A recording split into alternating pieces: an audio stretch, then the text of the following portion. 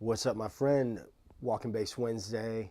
Let's talk about some minor 2/5 patterns. Check it out. Cause just as sure as the sun gives way to the moon, just as sure as the gray gives way to the blue, I'm gonna ride to the heavens child inside my groove. Hey, my friend, welcome to Walking Bass Wednesday. Welcome to the channel. If you're new here, go on and hit that subscribe button and bell icon so you know when the next video comes out. As you can see or hear, I'm just getting over something. It was pretty bad the last couple of days, but here I am. So not much of a voice, but let's get into it. I'm actually, when I put this video out, I'm actually in the air coming back from New Orleans. So I want to make sure I get this video in before I hit the road. So last Walking Bass Wednesday, we talked about the first 4 bars of Autumn Leaves and really the major 2/5-1 pattern. So just to review, we're in the key of B flat,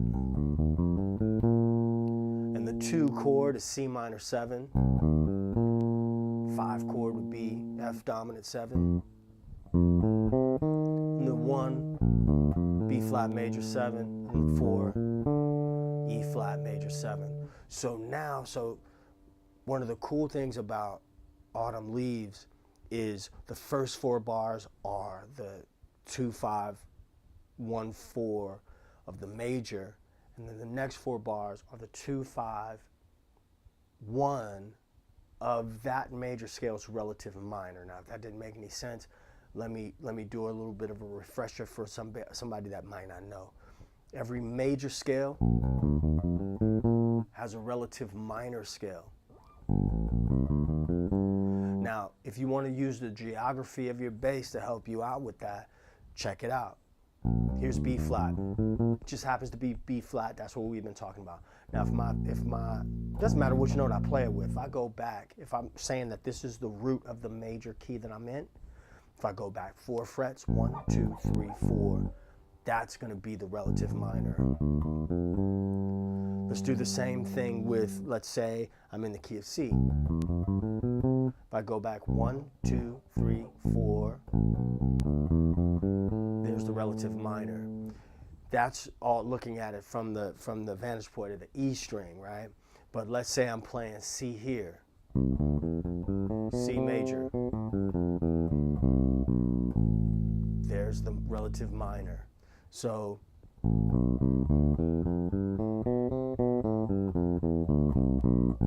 it's right there. So, or 4 frets back. So that's a little quick refresher and an introduction for those who might not know. So anyway, so in the minor 2/5, what's happening here? So the relative minor of B flat major is going to be G minor. Okay, so the 2 chord of that relative minor is going to be the same as the 7 of the relative major. So what would be the 7? The 7 would be a minor 7 flat 5 or half diminished chord. So from B flat major, what's the 7? Is A. There's my A half diminished. So G minor, there's the 2, right? And that's just a different way of fingering that with the ring finger. There's the root, the minor 3rd, the flat 5, and the flat 7. Okay, so if you could also think about it like this: a minor 3rd plus a minor 3rd plus a major 3rd creates a minor 7 flat 5 chord. But the easier way to think about it would be root, minor 3rd, flat 5, flat 7, right? So, man, excuse me. Okay, so the 5. Now, the only thing that's going to change with the 5 is instead of us having so naturally this 5, which is the 3 of the relative major. So if I'm thinking B flat major, this D would be D minor, but we're gonna change that up a little bit. This is now gonna be a D7, right, or D alt. So in order to have that, we need to raise the third, which would then turn the minor scale, instead of being a natural minor scale, we get a harmonic minor scale. So we got a root, major second, minor third, perfect fifth, perfect fourth, perfect fifth, flat six, root, major second, minor third, perfect fourth, perfect fifth, flat six, major seven, and an octave. And by raising that third, we get a dominant, a dominant 7 chord, or dominant 7 chord there. So anyway, lost my train of thought. Forgive me. I'm gonna try to get through this video real quick and then go get some rest. So we've got, now I'm gonna change my fingering. I'm gonna go to my second finger, D. There's root, major third, perfect fifth, flat 7. And I'm just gonna keep it 2 bars of G minor. So you can just go back down the thing. So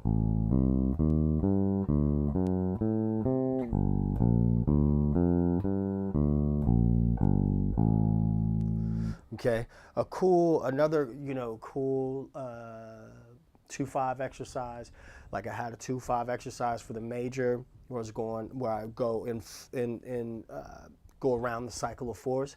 Is you could also do the same thing, the same exact thing with the minor 2-5. So for instance, let's say I'm in the key of starting the key of C minor. Remember, C harmonic minor with a raised 7th. So now I got D half diminished, then a G dominant 7,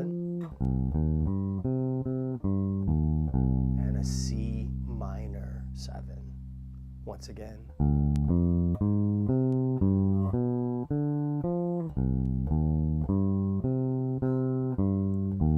Now I'm going to go up to the 4th. I'm going to go up to the key of 4th above C, which would be F. There's a couple of different ways you can do this. You can follow this pattern and go the next key is going to be, or rather, so I would have a G half diminished. Now watch this. Instead of going here, I'm going to actually go down. So I'll have G half diminished, C dominant, then F. Next key would be B flat.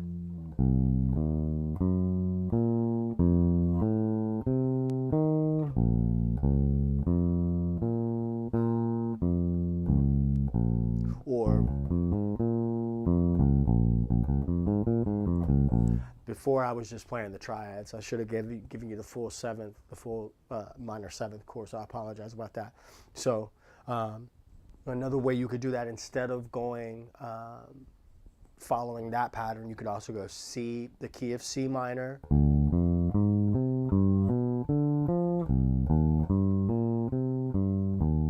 then the key of F,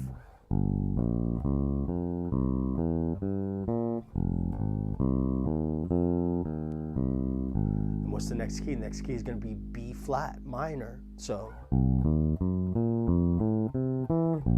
oops.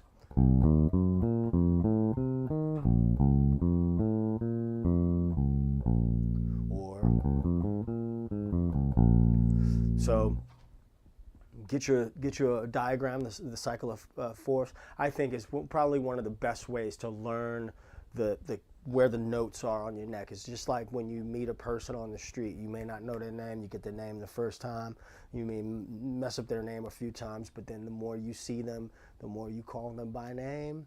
You know what I mean? Then it just gets to the point where you're like C, F, B flat, E flat, A flat, D flat, G flat, B. You see what I'm saying? So instead of just doing it arbitrarily, you know, learning the notes on the neck. I mean, you do what works for you, but that's kind of one of the ways that it really helped me to understand where things were on the neck. So anyway, I'm gonna wrap this video up. Like it if you like it.